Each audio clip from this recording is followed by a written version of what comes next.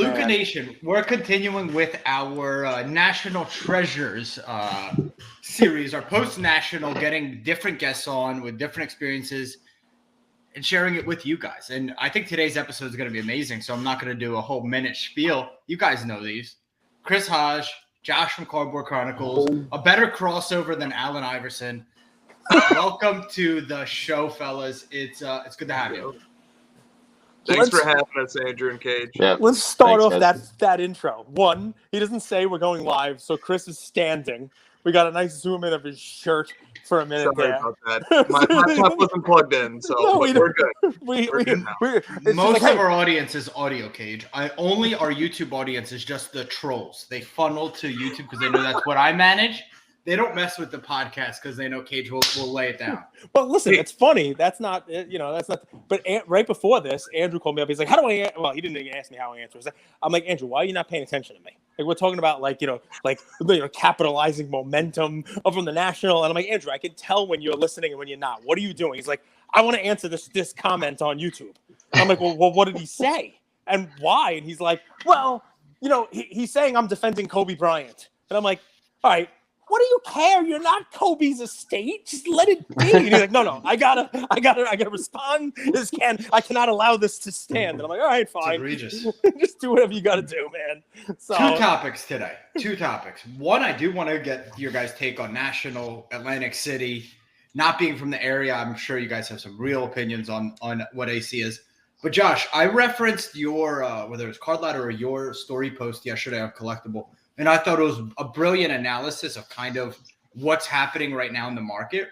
So if we start with National, in the second half, I just wanted to be market, supply, demand, what you guys think is happening, and maybe how people can prepare for the supply shock is, I think, kind of what we're going to call it. So starting off, National in Atlantic City. I'll start with you, Chris. What were you expecting going to AC, and coming out of it, what was like kind of your summary or your feeling or your vibe?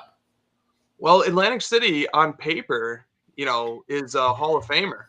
Great resume. You got the ocean front, you've got the casinos, you've got all these collectors gathered in one place. You've got the summer atmosphere, the summer vibe. I mean, on paper, Atlantic City, is a goat. But in practice, there's something missing. It's Antoine Walker. Yeah, exactly. Exactly. So I don't know, man. I still enjoyed myself. It's always great to see everybody at the National, and it's always fun to be around all the card community. But Atlantic City certainly left a few things to be desired. Josh, agreed, disagreed? Anything you'd want to change? Yeah, I mean, the show floor itself was, to me, exactly the same as Chicago. Like, I couldn't even tell the difference. The layout was the same, the number of people, the feelings. It's just, the outside city wasn't spectacular. All right. What you want to know what I left with? And tell me if you guys think this, but maybe it's different in your lives. Here, I'm the card weirdo. Everybody's like, oh, there, you're amongst friends. You know what I mean? Like, I was sad to leave. Because, all right, we could talk about cards. Josh can talk about how pretty the patch is on this LeBron Exquisite. And we all get what he's saying. If you start talking about pretty patches here in life, I'm like, oh, here's that guy again, talking about pretty LeBron patches. So I miss it. Whether it's in Atlantic City, Cleveland, Kalamazoo, or wherever it is, I feel like we're amongst our compatriots there. A lot of hobby beef vanishes. A lot of tough talk vanishes. You get to play basketball and put a hurting on some people. I heard that happen. It's a topic that Andrew, may leave out. I don't know. But, I would like to know, because we've gotten – here's what happens when you ask competitive guys, how was the basketball game? Everyone says that they've blown the other person out 11-0. So I'm still not sure who won, who's good. I don't even know who played. Yeah. Oh, well, fair. Only one team won 11-0. So only one team did that, and that was our team. That was Josh, myself, and a third teammate. You may know him by Tracy McGrady. By Tracy McGrady. And we did in fact take out Tim from Slab Strong, Mike Giuseppe from Sports Cards Nonsense, and Alex Pashon, who's also known as the Sports Card Stallion on Instagram. So we did 11-0 them. I believe the proper term is called a skunk. Josh and I are among the very few who can claim to have been undefeated in pickup basketball at the National. We never lost a game. And, it was great. It was great fun. But now we're ready for a new challenge. They even tried to brown bottle you like a boxer, like they did to Tyson against Buster Douglas. They couldn't even keep you down. They knocked you out for a couple of days of the show. But basketball, forget it. They couldn't take you out. They tried. But, we're resilient, Cage. We're resilient. Well, listen. Go ahead, Andrew. Who would be your challenge? Like, who would be next up? Like, the Bulls beat the Pistons, and then who they take on next? Pacers, maybe? Just retire. 11-0, retire. Unless you can get Lefko to come out of it, and actually play, then that's it. You're just done. Don't play anybody. What do you say, Josh? Who do you want to take on? Because this was kind of like my beef. We were on Clubhouse, Tim, me, we're going back and forth.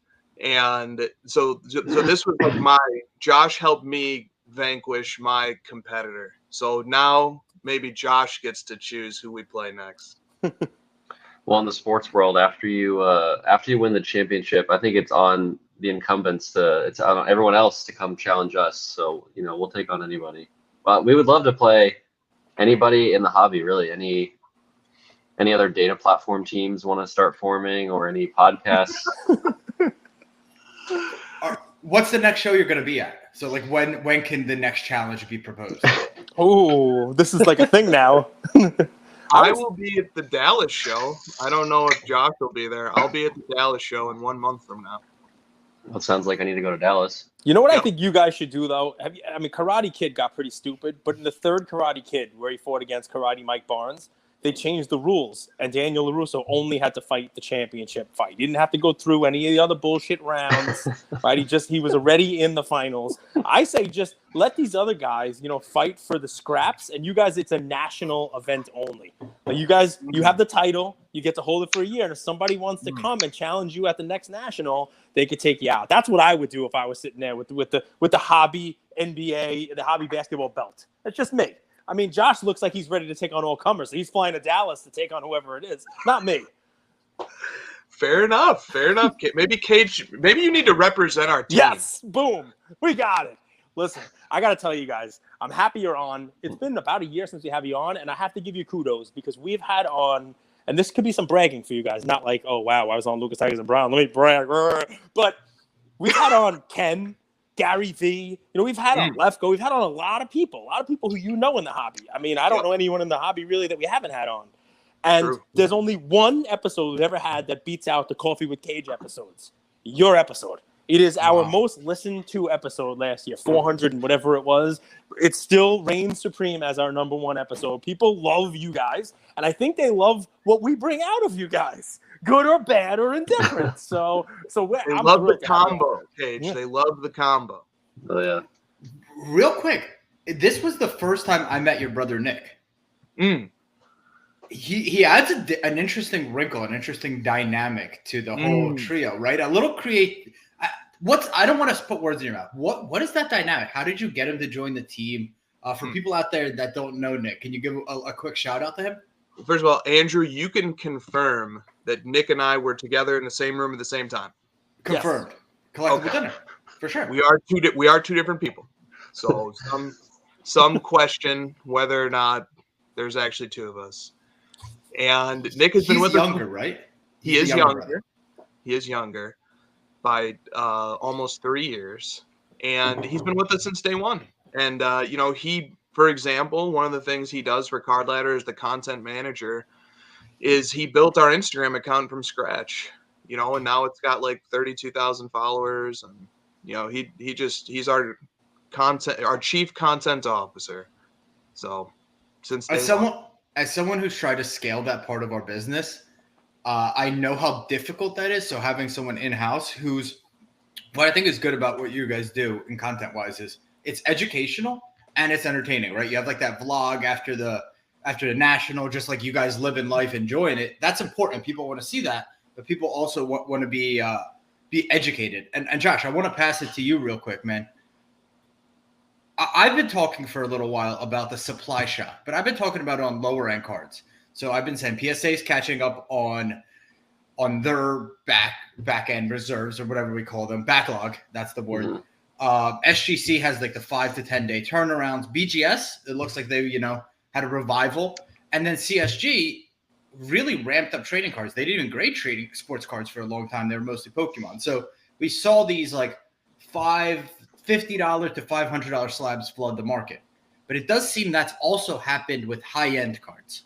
Can you give people who haven't seen your story posts, and it's really well done. There was like 20 story posts. It was, look at these cards, they're out of 99, whatever. You see them in auctions all the time. Can you give people who didn't get a chance to see that your take on what's happening currently in the high-end market? Sure. Well, first of all, Cage, we would love you as our manager of our basketball team. Yes. And I think you should be sending that data that you have on our viewership to the people over at Collectors, their marketing team. They seem to want to partner with other people over us, so send that over. To answer your question, don't just throw a shot across the bow. Who could they want to partner with besides you guys? Oh, I don't know. Maybe you should just check out their content. All right, so these guys are way too smart for me. I don't even understand their jokes. Went right over my head. That wasn't a joke. That was a shot fired. And by the way, and who? I don't know. I have to now look. I haven't looked at PSA's content. I have to now look. But it would be silly. I mean, they're partnered with you guys, right? And I'm not going to take a shot at PSA or Collectors, the whole deal. No one. And I mean, I consider myself educated. I consider myself in the weeds with the hobby. No one is as wired into what is going on a daily basis with this hobby than you guys. Literally no one. From a data perspective, from just a hobby personality perspective, I mean, from low-level hobby folks, people at the show, to high-level big money spenders, I saw you guys all weekend talking to all of them, all walks of life. You have a finger on the pulse for this stuff, and I can't imagine anybody more plugged in to the hobby scene than you guys. So PSA Collectors, if you're listening to this, which you might, tap into these guys for their content, for their knowledge. I mean, nobody does what they do and no one knows what they know. There's my couple minutes of advocating on your behalf. But yeah, your stories, I hope Stiff Arm is saving them. The shit part about stories is they disappear, and we're going to talk about this. Those stories are gone, and it was really well done. Really Cage, well would done. you like to represent us as content creators as well? Yes. I told you we need you as our manager, Cage. Let's This go. is good stuff. Let's go.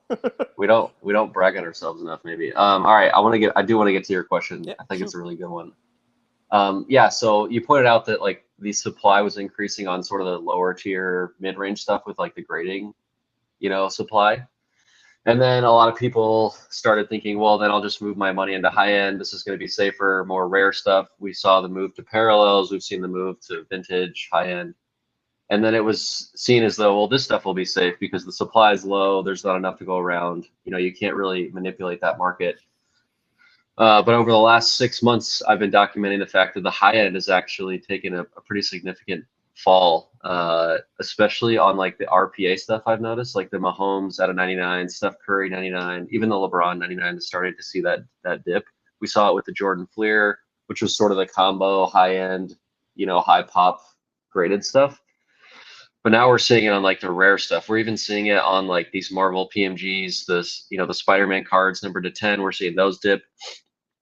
And the biggest reason isn't really that like these cards are bad or there's something wrong, or even that there might be, I don't even think there's manipulation on a lot of it. But the real reason is that when something goes up 10x on these cards, there's 99 other people that own them in a lot of cases, and you're gonna see a lot of those people bring their stuff out to sell because they're gonna want to capitalize on 10x profit.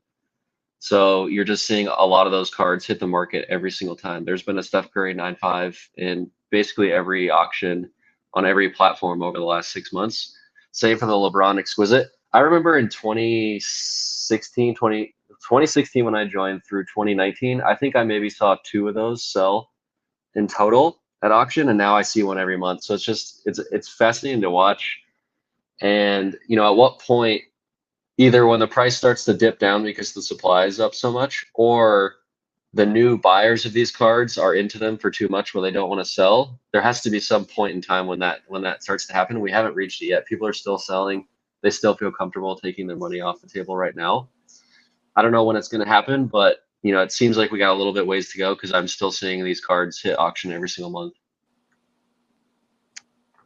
So I heard a quote today. It's Christmas in July, right? And I was listening to Michael Burry, the guy who predicted the previous 2008 crash, and I sent it to Cage, and he said nothing about it. So we'll see what he has to say. But because he sends it to me like fantastic videos of like the Chinese market is all collapsing and they're like closing the bank, and I'm like, okay, what do you want me to do? they're with freezing this? deposits. Like I don't know what I'm supposed to do with this. I could still deposit in my bank. So Well, we're in America, but it was called the bullwhip effect, right? And I'm still learning more about it, so I'm not going to go into it on this episode. But it's just like we saw it with card savers, right? Remember that point of time where there was this shortage of supply, so there was like this artificial increase in prices. So the supplier, the manufacturer, all of them were like, "Wait, look at all this demand. We need to order a ton of supply." By the time they get that supply and get it to customers, they no longer need it. So there's like an influx of supply. Then they have to drop prices. So it's this interesting effect. I think Google will do a better job. I guess the question is, are you, Josh and Chris too, like, are you buying? Are you being a sniper and really looking for the specific assets you want to get into? Or are you waiting because you think there's maybe more blood in the water? Yeah, I can start. Well, for me, it's more about the sniping aspect of having cards come out into public that weren't otherwise, like really low pop, 5 or less PSA 10 LeBron stuff specifically. Like that stuff just hasn't come out for sale, and you barely even know who owns them in a lot of cases. The pop is so low. But I've seen those come out at auctions several times now, and I've seen private dealers come out and want to sell them. So for me, it's really just jumping on those types of cards that I know I'm just not going to see after we reach that point that I mentioned where it just kind of gets sucked back up. So this is kind of your only chance to get that really, really rare stuff that's more collector based. As far as like opportunities for making money, I still feel that I'm holding back on that aspect. I still feel like we have a little bit ways to go. Chris, House of Jordans is how I used to know you. The star card is now graded by PSA. We saw BGS 8.5 sell for like 33,000, and then the PSA 8, which we talked about this on the show yesterday, sold for 100K, 115. What do you make of that? How do you guys? Well, that market is really tricky. Go Here ahead, comes a Dave. hose bomb, not a hose bomb. No hose bombs today, but that market's really tricky because the population report I don't think is searchable right now.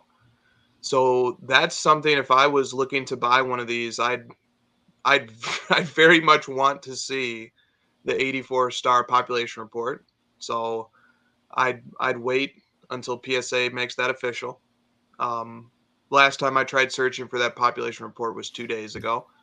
So my apologies if it is live now. But last time I looked, I couldn't find it. And the population report is going to be very important because the highest sale on record of an 84 star Jordan PSA 8, the Star 101. Do you guys know what the highest sale on record of that card is? I can't imagine it's more than 9K. No. The one that sold last year in the ugly slab, was it gold? And it was that was Rob G owned that card. What was that? Like $250,000 approximately? I think it went for like 160. 160. That's why I Okay. get paid the big bucks. That's why they give me the big bucks. Yeah. That's my Cage. Again, I would have sold mine for 9,000. I remember that one. I thought it was actually going to sell for more because at the time PSA wasn't Yes. grading them, so it was an oddity. It had that added little, wow, there's never going to be more PSA ones because they're not grading them because they stopped. Yes. But now it's nothing. Now it's just an ugly PSA slab compared to the new ones. Yeah, I mean, I think the old typewriter font slabs look cool, but that's just me. I have a theory on that. I think that those will become a rarity as people try to Yes. switch out of them. I think Yes, those I will think- become a commodity. I'm not switching think out my so Babe too. Ruths. Especially No. on that card, because it was graded pre reopening. Yeah. Yeah. Well, but here's why the population report thing is concerning to me is because if you use PSA's item lookup tool, which is an amazing feature that lets you look up population by cert number, the old PSA 9 slab that Rob Go won it says the old PSA 8 slab that Rob Go won, it says that the population is 9. The population of the PSA 8 is 9. But if you search, for example, the PSA 8 Jordan that's with PWCC right now, which is a new slab, it says the population is 4. And so the population reports are there's something missing here. You know, is PSA invalidating the old certs? I don't think so. So are they working on combining the pop reports? I think it's now? that. I think it's 2. Probably. Probably. So like that's so then is the population of this card 13? Is it 9? Is it 4? You know, these are things that I would want to know before diving into the market for this card. And I would also note that the trajectory of this card is downward right now. So we had that 160K sale.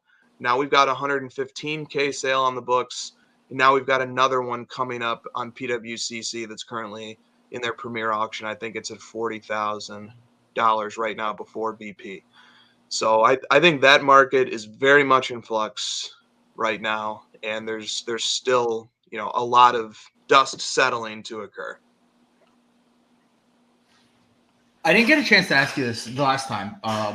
You guys were acquired by Collectors Universe PSA company. What's that been like? So what's life like cards aside, entrepreneur, start a business, get a buyout, that could go in a million different directions, right? It's like they buy you out and say, hey, we want you to reinvest in the tech and we want to add this, and this to it. Sometimes it's like, we're going to add a tech team and you guys could ramp up and add so many new features. What's since the buyout to today and maybe moving forward, what's Card Ladder look like? It's been amazing. You know, our business as a business has grown somewhere between 30 and 40% since acquisition, which makes, I think, our entire team really proud because it kind of demonstrates the value that we're bringing to the Collectors Holdings family of companies. And, you know, Collectors Universe or Collectors Holdings has funneled resources into us anytime we ask. So, you know, one of the things that we found to be really important to start on right away, especially like kind of as we ramp up ways that we can collaborate with PSA, is building out our verified card database for TCG, in particular Pokemon. So back in February, I and myself and Christina started training new researchers, which is a tough, I mean, it's like going to card college, you know, and we started training new researchers and then about a month ago now, we fully onboarded and, you know, set free 2 of them who are now responsible for our Pokemon and our TCG database and who are doing an amazing job at curating it and building it out. You know, and verified card, you know, a Card Ladder verified card is that's like having a baby or a child. You know, you have to take care of it every day and you have to monitor incoming sales every day. Every sale that comes into a Card Ladder verified card profile is vetted by the researcher. So like it took a lot of trust on our behalf to, you know, believe in these new researchers, but we found 2 that we love and we really believe in and who do an amazing job. So like there's just like kind of 2 examples. Like the first one is just like our business has flourished since acquisition, which like we're really proud of. And then, you know, the team of collectors has just given us any and every resource we could have asked for. And we like to develop and grow. We like slow and steady growth. So that's why we're not like, you know, dumping 20 researchers on at a time. We're really hands-on, hand-picking, you know, people who we really feel comfortable trusting our database with. But, you know, at the end of the day, our motivation has never been entrepreneurial, even though entrepreneurship is amazing. And I support entrepreneurs. And I love entrepreneurship in the hobby.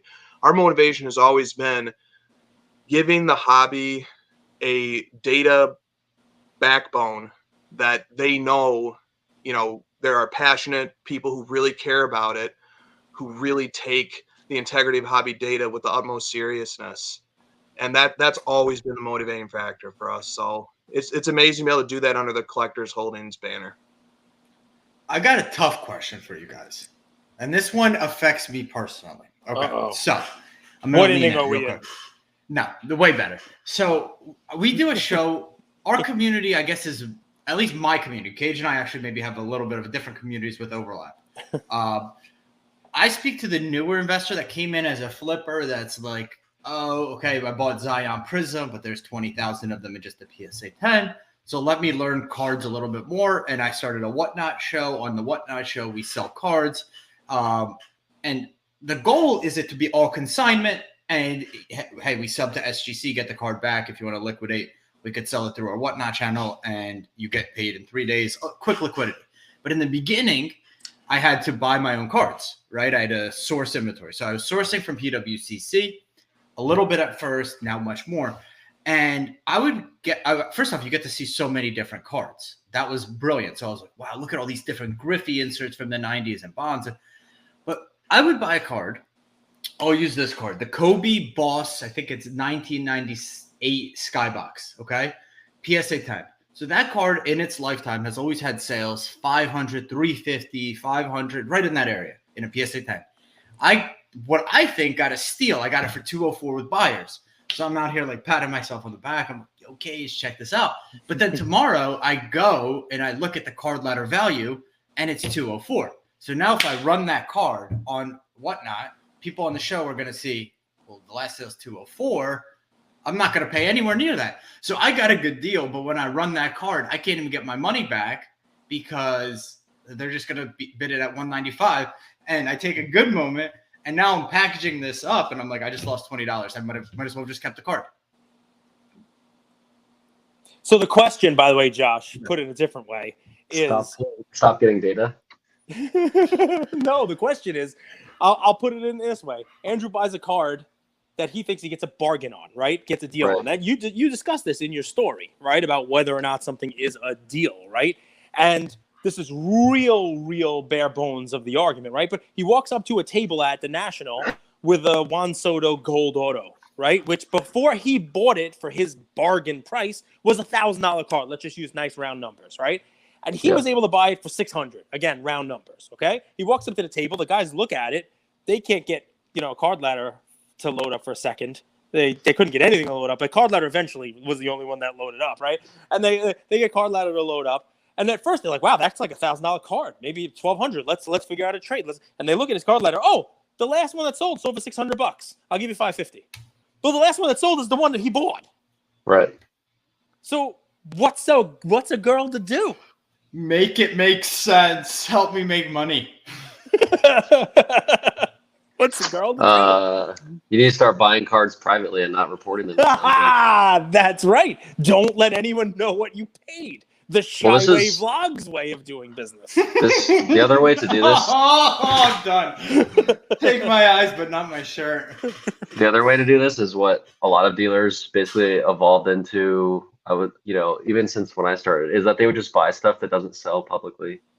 Like they would just buy, random grades of random players and cards, and where the comps are hidden, and basically you control the market. I always think of MC Sports Cards. He does this really well. He always has stuff like that where, you'll walk up to his table and he'll be like, well, the last comp is, 2019, 2020. Obviously the market's changed since then, and he kind of controls the negotiation power from there. But if you're buying stuff where there's really, I'd actually be more worried about, in your scenario, Andrew, where you're saying like the person's there to comp the purchase you made, and he wants to basically buy it cheaper than you because of fees. The more powerful data you have on your side is say, okay, what's the cheapest one available for you to go purchase other than mine? Because if the next cheapest one on eBay is like 900, okay, well then that person can either go buy the one for 900 or buy yours, depending on the need of getting that card immediately or how readily available it is. The pop reports, like all that stuff plays into it. Do you hear this, Andrew? It's storytelling. It's storytelling. Just like when you don't have a price of the card, you get to tell a story about it. It hasn't sold in 2 years. The story you have to tell is not data sucks. It's not card. It's that just because that's the last sold price that's on card ladder, that doesn't mean that is the current value of it. Go buy it for that. Go ahead and go walk around the show and find this card and tell me how close you can get to what it sold for less. You won't be able to. That's you explaining how you were able to beat the grass. You were able to find this bargain. It's more work than we want to do. You just want to buy on PWCC and sell on what? At all. it becomes an interesting game of chicken then, right? Yep. It's like, well, I'll hold out to see if there's a cheaper one, i.e. Jamar Chase XRC. So like that's an interesting one that last night had a sale in a PSA 10 for $950, and then someone listed one on eBay for $850 after there was a listing for $899. So it's interesting. Another card that I noticed was the Brady 2013 Select Silver PSA 10. You guys are going to actually see this. Most sales on that card were like $8,000-9,000 a few years ago. That's a really low pop card. It was like a pop 9. Now it's pop 12. First year Select. Last night it sold for $2,800. So like, what's a girl to do? It's just comps are a new thing in this space, right? Comps would come out with the Beckett guide once a month in the 90s. So you'd have a little bit of like this tango. For you nailed it. You nailed it, Andrew.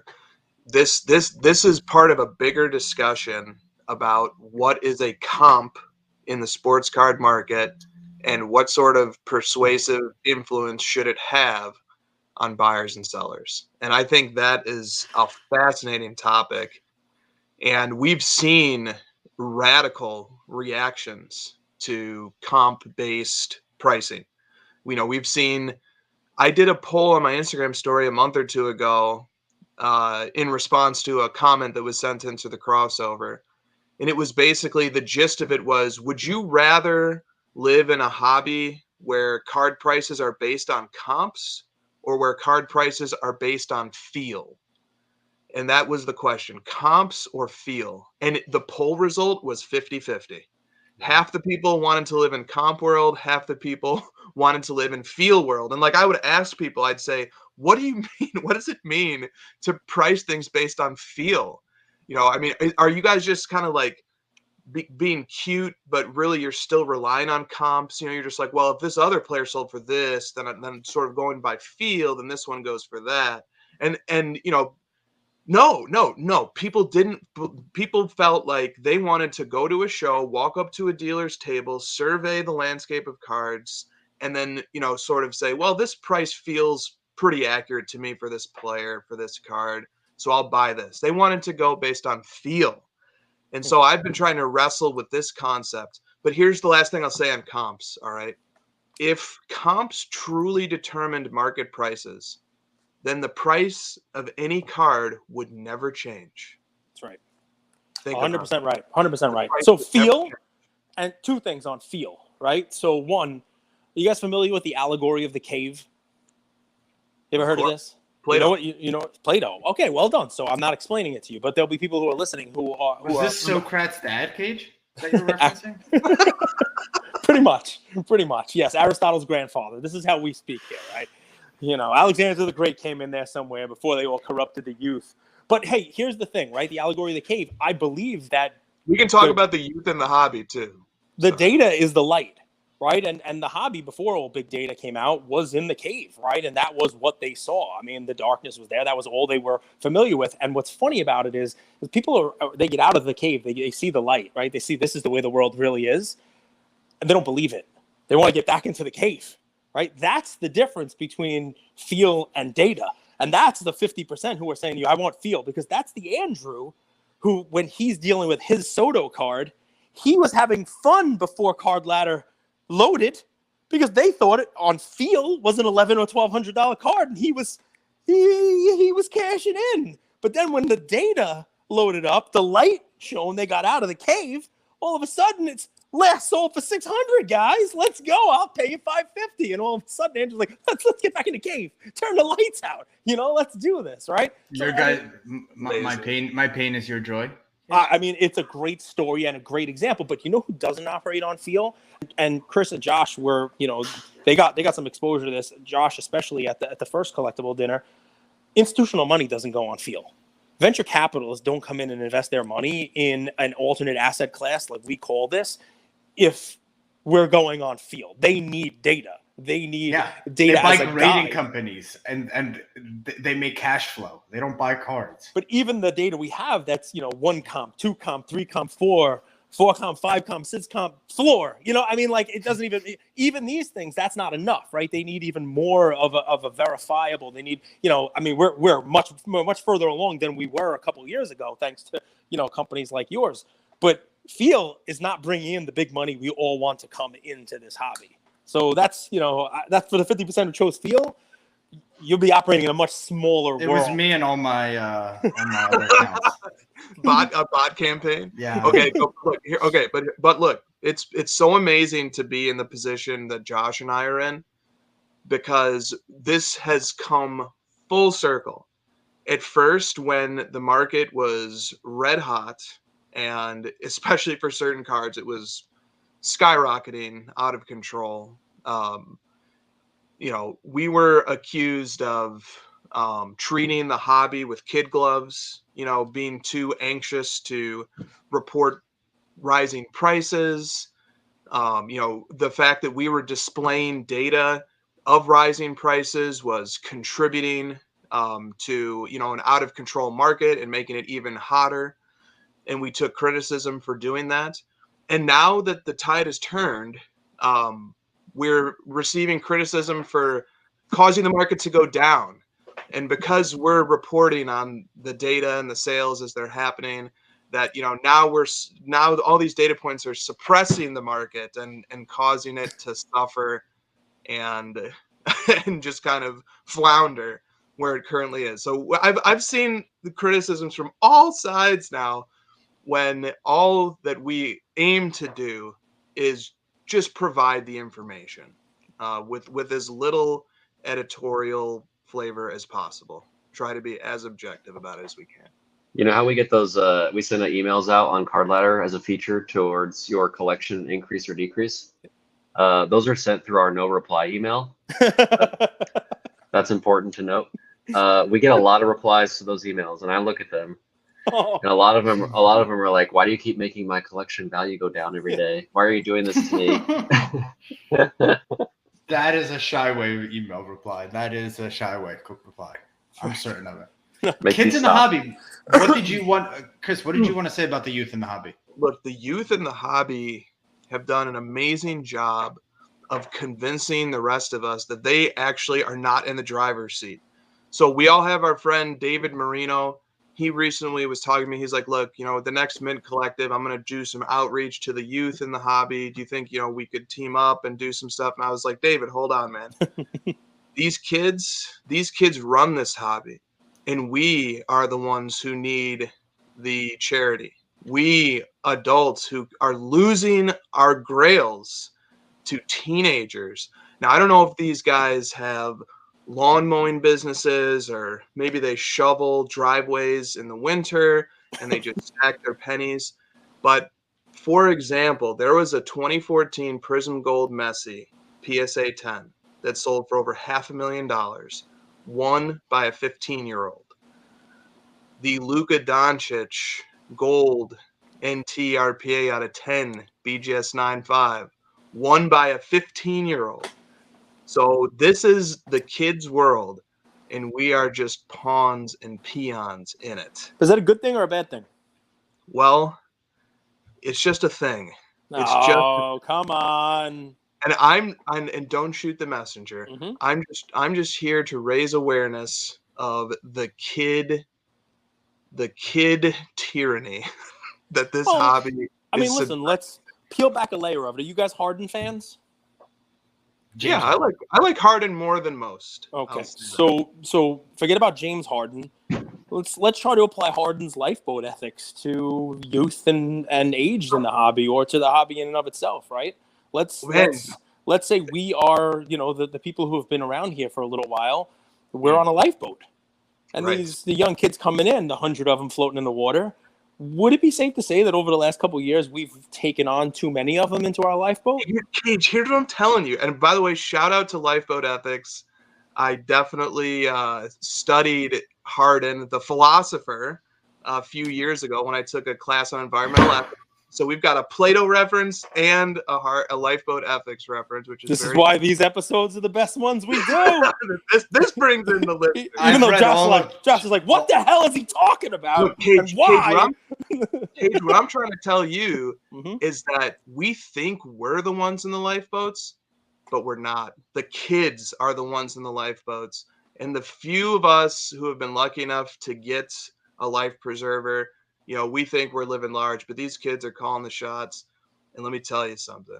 When a 12-year-old outbids you on your grail, man, there's nothing more humbling in life. Yeah, but so take it forward. Is it a good thing or a bad thing? I mean, a 12-year-old as an ambassador of the hobby going forward. Let's take hardened stuff and moving on to the future of the hobby, right? Take it on to fanatics coming into the fact that we all want to grow this thing into something that's much bigger than the way it is right now, right? We're smaller, right? Do we sacrifice some of our current lives, the enjoyment, the quality of life for those future lives that are allegedly coming in? Do we allow those young kids to get in the lifeboat in lieu of us, because that's going to cause a headline, right? I mean, talk to me, man, because I can see you want your Christian McCaffreys. You don't want a 15-year-old, outbidding you on it, but maybe it does help. I don't know. Yeah, well, I do think that any concerns about the hobby not having enough kids have been greatly overstated. I think kids are flourishing in this space. I think they're very well technologically versed. I think they know how to navigate the intersection of technology and in-person transacting that characterizes the sports card market. I think they navigate it very fluently. And I think the kids, I'm just saying these kids need to outreach to us. They need to throw us a few life preservers, maybe let us win a few grails on these auctions. Because, I mean, so the last thing on this, right? The kids came in the last couple of years with big money. The people who bought the Messi, the people who bought the Luka. Big money. Big we money. Started this off 20 minutes ago talking, and Josh eloquently talked about how in 2016 to 2018 or 15 to 18, not many RPA LeBrons came up. But we didn't throw into there was the comp. Like, what were they selling for then? And they were selling for a fraction of what they're selling for now. And while we're looking into the lifeboat with these young kids, hoping they throw us a life preserver, they already have. Because many of us had those cards and were able to cash out on those 10Xs because of this influx of youth and money. So can we at the same time thank them for their money while at the same time scowling at them saying, I can't believe you're beating me on my Grail cards? How do we balance it, man? Go ahead, Josh. How do you balance that, man? Oh, I'm not touching this topic with any sized pole. All right. Well, Josh, for you, this is his shtick. We could talk about the metaverse instead. What do you think? We can talk about the fancy Zoom instead. You'll chime in on that. If kids are as important or as prevalent in the hobby, wouldn't the next logical step be like these guys are gonna get into tech, NFTs, digital collectibles? Yeah, I was kidding about the metaverse. I mean, I didn't really want to go there. Dude, look, kids are so much more open-minded and malleable that I think that is a legitimate concern. Is that, like, if we let us not put all of our stock into the youth, because maybe they do make that pivot, and that's not great for the physical sports card world. So I think that's a totally valid point. I got one. Listen, you guys are data crazy people, and Josh, I know you're a basketball guy. Maybe you'll chime in on this also, right? Andrew has a world of famous takes now. A whole bunch. We don't have to talk about the LeBron ones, you name it. But one of his most recent ones was that baseball is dying, and that in 20 years there will be no more baseball, right? You guys have a unique perspective on this because you do baseball, right? You do baseball data. From your insider's vantage point, what do you think about that take? You think baseball's dead? He already slid in my DMs. He said, Andrew, you're a genius, right after that episode. Yeah, I was going to say, Andrew. I think Andrew and I finally agree on something here. Took a while. This might be the one. Baseball. I mean, I honestly haven't watched baseball in 20 years. 20 years seems a little extreme, though. I mean, I get the point. I kind of agree, but 20 years is pretty quick. That would be a very quick death for something that's been around for 100 years or whatever it is. Man, baseball being gone. But we're still seeing like pretty highs. I actually think if baseball left, you'd see an increase in the value of baseball cards because then the supply would go down and people would stop prospecting and they would just focus on what exists already. But you can't like undo the cards that have already been created. I heard this point on Clubhouse. Someone was making the point that like the younger generation of collectors are going to move, a vast majority of the money into like the more modern players, into the, Kobe's and Jordans, and then even more modern than that, the Lukas, and away from vintage baseball. But isn't it the Mickey Mantle card that is the one that keeps clobbering records. Nobody cares about baseball, yet somehow the Mickey Mantle is the most expensive card of all time. Babe Ruths continue to set records all the time.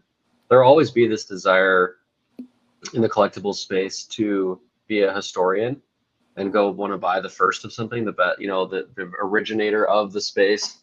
So if baseball goes away and we've evolved and the football maybe evolves to be more safe and the game changes drastically, you're still going to see people want to invest their money into the much older, the originators of the space, no matter what. I think it's like that in almost every asset class, right? Once people get in, it's great to come for that new shiny toy, right? But people do always, tend to pick a handful of those iconic, historic items, right? I mean, even if you're a car guy, people we know collect Porsche cars now, and people collect, but you know what? There's always going to be people who are going for those classic cars, the older cars, the muscle cars, you name it. Wines, the same thing. Art.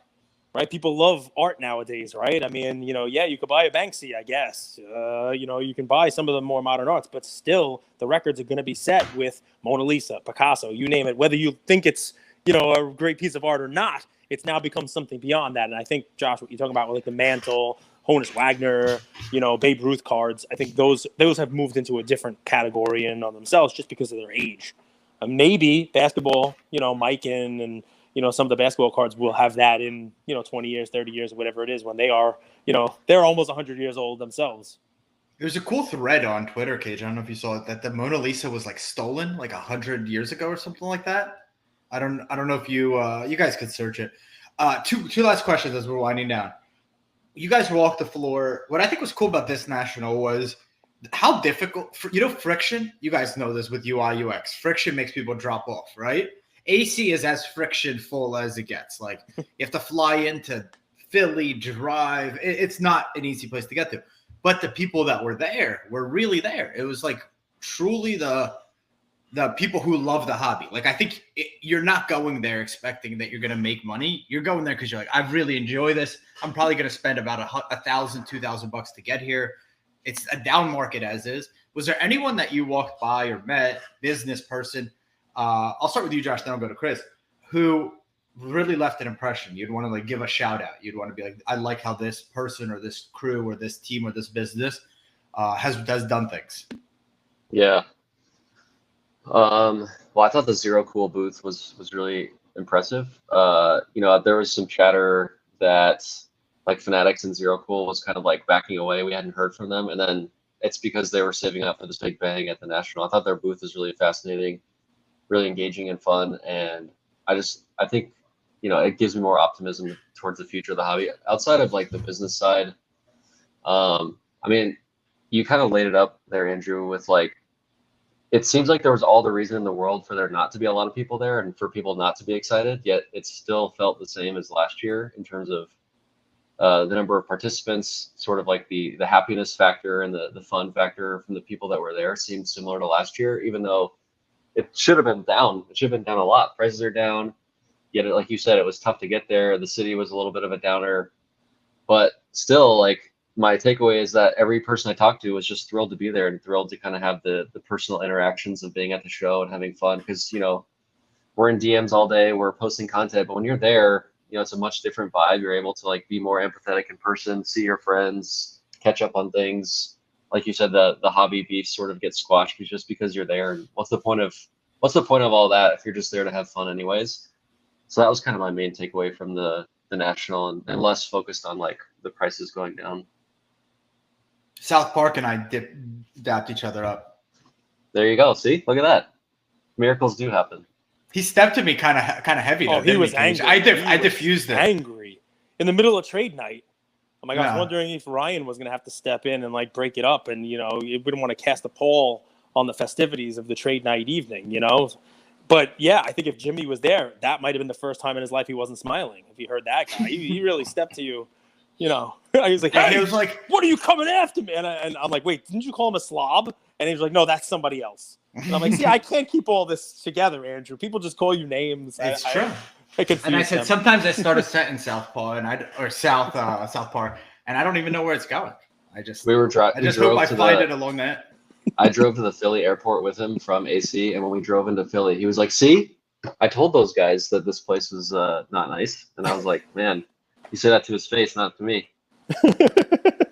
I think on like 7, I think I like maybe a little bit after, I admitted he was right. And it was when I went to a doctor's office with my mom, and then we were going to go see my sister at Drexel. And our Uber driver, this is like my first week back in Philly from Mexico. We opened the door and it just smells like blunts. And I was like, And Andrew's like, I know I'm home now. fuck, Smells South like Park was right. Chris, who left an impression? Who left an impression? Man. Everybody left a good impression on me. I thought it was a great show. I thought there were lots of great booths. But, one impression that I'm taking away is that there's an urge or an inclination building towards corporatizing the card show experience, and I think that is a colossal mistake.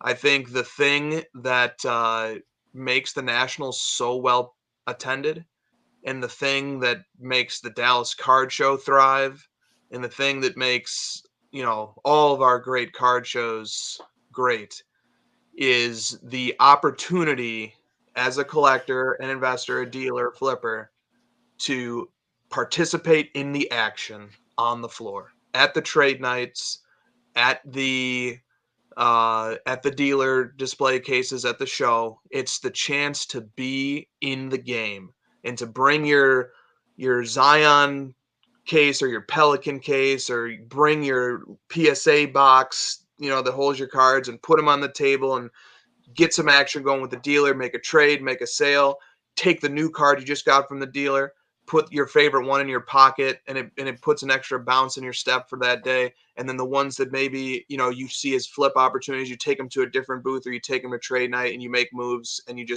play the game. You're in the game. You're playing. Sports cards is not a participant sport for the people who go to card shows. It's not a Spectator sport. not a spectator sport. Yep. Exactly. But it is a participant sport, and that's what gets people going, and that's what gets people coming to these shows. Card Collector 2 and Jimmy could announce a trade night randomly 15 minutes before they do it, and there would be lines of thousands of people waiting to get in. There is not a single corporation in this hobby that could announce an event and get even a fraction of that many people there. The energy in this hobby is centered around the action that collectors, dealers, flippers, and investors get when they get around each other and they start making deals and they start wheeling and dealing. And so that's like, if I had a takeaway from the National, it's that is the magic of the National. That is the energy of the National. And I love the spectacle. I love the corporate booths. I tolerate the breakers on the loudspeakers. It's a fun spectacle. Adam Lefkoe called it a cacophony of noises, and it is. But the energy, the momentum, the inspiration behind these events is getting to be a player in the game. And I would really hate to see us over corporatize these magical card show experiences. Cacophony. Lefkoe's like a philosopher on one end and an entertainer on the other. I think that makes it cool. Very good addition to the hobby. I will say that 100%. Love having him. If you do get a chance to chat with him, he's just a regular hobby participant. He talks about what he likes. He's happy to get a Dwayne Wade 10 auto. He's one of us. That's why Philly's not a shithole. That's why. So that's why I took it personally. So maybe the city isn't the nicest. It kind of actually looks like AC if we're being real. But the people that come out of it are real.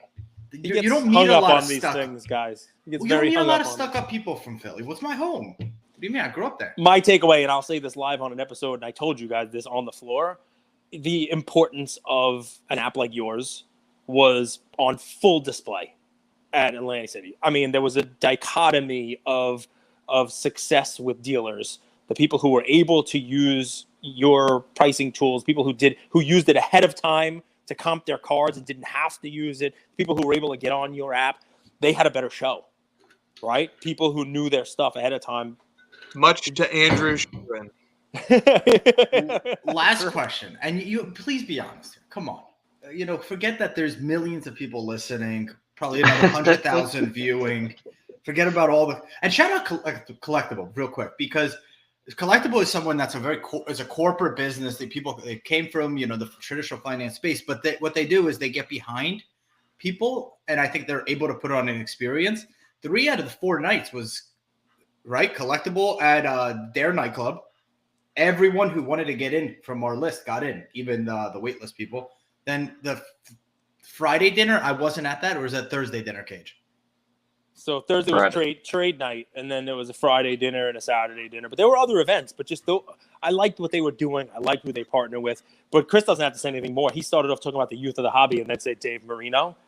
Dave's not going past that. I thought he was calling Dave youth in the hobby, and Dave's like, that's it. Too. Clip it, and put it out there. They think I'm young. We love David. We love David Marino, and also Collectible. I mean, they get it, man. They tap into the culture. They tap into the community, and they put on events that collectors love to go to. They totally get it. When you were bought out, or when there's the acquisition, what was the first thing you bought? And I'll go to Chris first, then Josh, and we'll wrap. Hey. I just keep on collecting the way I collect. Like your first purchase, was it a Ferrari? Was it a Bentley? Was it a huge beachfront house? Was it a Grail card? What? It was a scientific calculator, Texas Insurance. I'm currently residing in the same modest basement that I was before any acquisition happened. So let's just get that straight. And then, second of all, but on the flip side, Josh bought the Suns. Yeah, he actually. Chris is in the basement. Josh bought the Phoenix Suns. There's a very influential hobby personality who, around the time of acquisition, apparently had some insider information, and he did a live that somebody sent to me, and it was recorded. And I watched a replay, and he announced that in his estimation, the acquisition of Card Ladder was basically us begging PSA to take our company, and that we gave PSA our company in exchange for employment contracts of 3 years at a modest middle class income. So, I think, the news was broken by that individual, and I just thank him. I missed that. I missed this. I mean, Andrew, do you know who they're talking about? Because everybody listening. But it wouldn't make any sense because you guys have proprietary technology that costs millions of dollars for PSA to replicate. So you wouldn't sell. Andrew, we're under non-disclosure agreements, obviously, so we can't disclose the nature of that deal. But hey, there's content creators in this hobby, influencers, if you will, who already have spoken to it at length, and they made a real lasting memory on me when they did that. This is something I want the hobby to be a little bit better with. I think we could be proud of each other's wins. I do think that there could be a little bit more of that, like, because they're successful doesn't mean that we're not going to be successful. I actually want you guys to be successful because then it's like, oh, there is a light at the what was that? The allegory of the cave. At the end of this cave, there is a light. So I'm going to keep pursuing on the days that I get demotivated. If at the day I'm demotivated, I find out that the platform that was bought out by collectors put them on like a salary, I would literally jump off a building. I'd be like, my life is a sham. What am I even doing this for?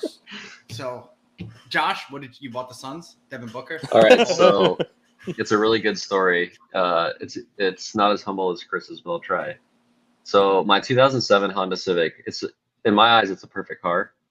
It was already perfect. I've owned it for a really long time. I've gotten a lot of miles at it. But the steering wheel was pretty gross. It's been chipping. The steering wheel was just like, it seemed like the car was maybe in need of an upgrade. So I went on Amazon and I bought a steering wheel cover, like one of those like rubber ones. Tim is now into Yeah, you put those around your wheel, and now my hands, the grip could never be better. I'm driving at a pace that's multiple miles per hour faster than before. I have better turn control. It's a fantastic item. And collectors should have paid for that for you because it has also cut down on the carpal tunnel while you enter data for them. Dude, you should have expensed that. You should have expensed that. This manager role. We need you. You should have expensed that. You should get a new one every day.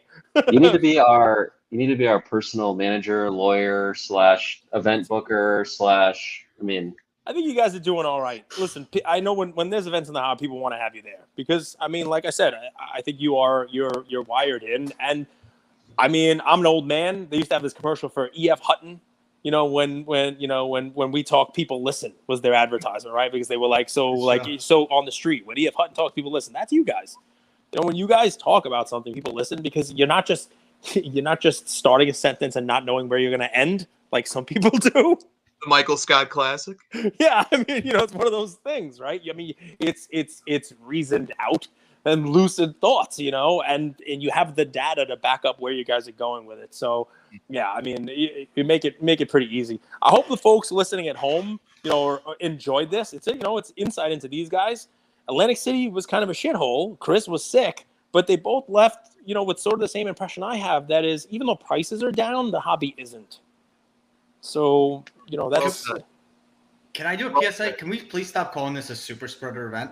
Because whenever grimy men get in a room together, right? You know? We get sick. That's what people do. When you're in a room together and you're not washing your hands, you're touching cards, there's germs everywhere.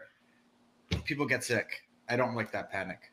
Yeah, I got sick each of the last 2 years. So same here. I don't want to open up a new can of worms, but but let's end on a high note. Or at least I think this is a high note. No. Okay. Wow. It's on fire today. All right. Last year, Robert Edward Auctions sold a 1909 T206 Honus Wagner SGC 3. Okay, which was the highest sale of a Honus Wagner in the public eye for $6.61 million. All right, that was August of last year. An SGC 3. Ken Golden and the Golden team announced a private sale at the National of a 1909 T206 Honus Wagner SGC 2, inferior grade, for $7.25 million. Yep, 10% higher. That's of a lower grade. That's remarkable to me. That even as we are, you know, stumbling and stammering and as a community trying to make our way through a very difficult market to decipher, a market that in the same golden auction, you get a dozen all-time highs and then you get the Derek Jeter foil in the midst of his amazing documentary get cut in half in price. It's just so hard to figure out this market, but that's something that I just this hobby does things that just blows my mind pretty regularly. And the fact that SGC2 Wagner, you know, sold for over $500,000 more than the SGC3 last year is pretty astonishing.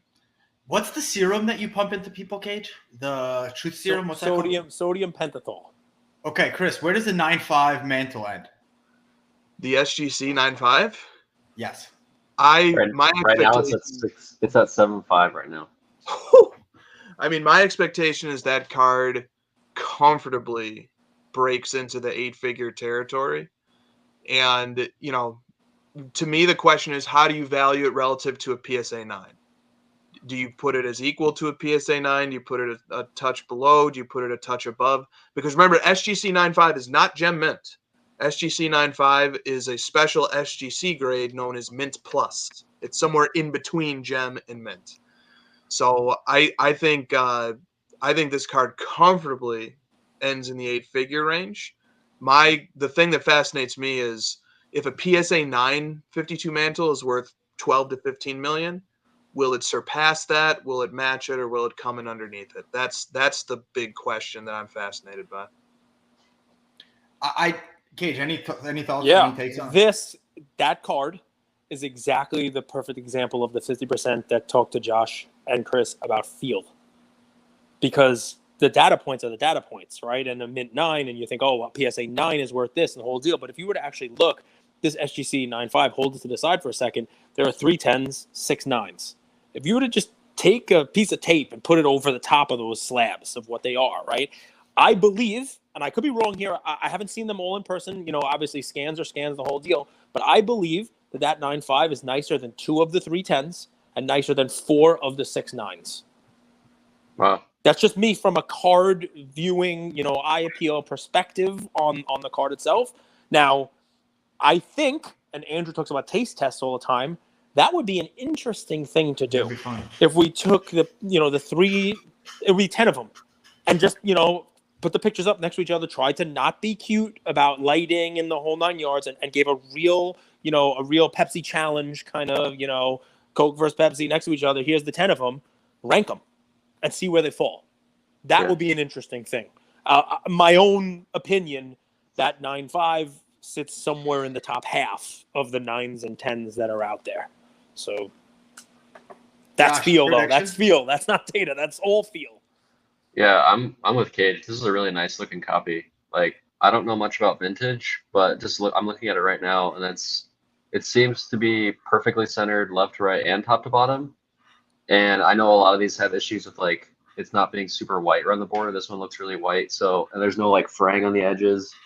If I was someone that had the money to buy a mantle and I'm a collector and I'm going after something that just looks perfect for me, this one fits the bill. So yeah, I'll also say figures. I'll say around like 10 million. I'll just say like just around 10 million. Yeah, I'm going to lose in prices right, but I'll say 15 to 18. Sheesh. I go over. If these guys say 10, 12, I should go $1 just to win the price, but we're not doing that. We're not trying to be. I don't want a dishwasher. I want to make headlines.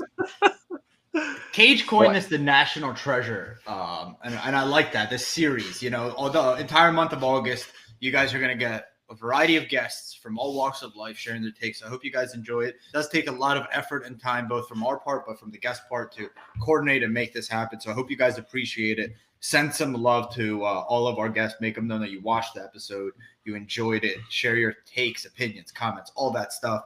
Luca Nation will be back tomorrow. Chris, Josh, thank you guys for coming on. Thanks for having us, guys. So thank you all for listening to another episode of Lucas, Tigers, and Bronzo Mai.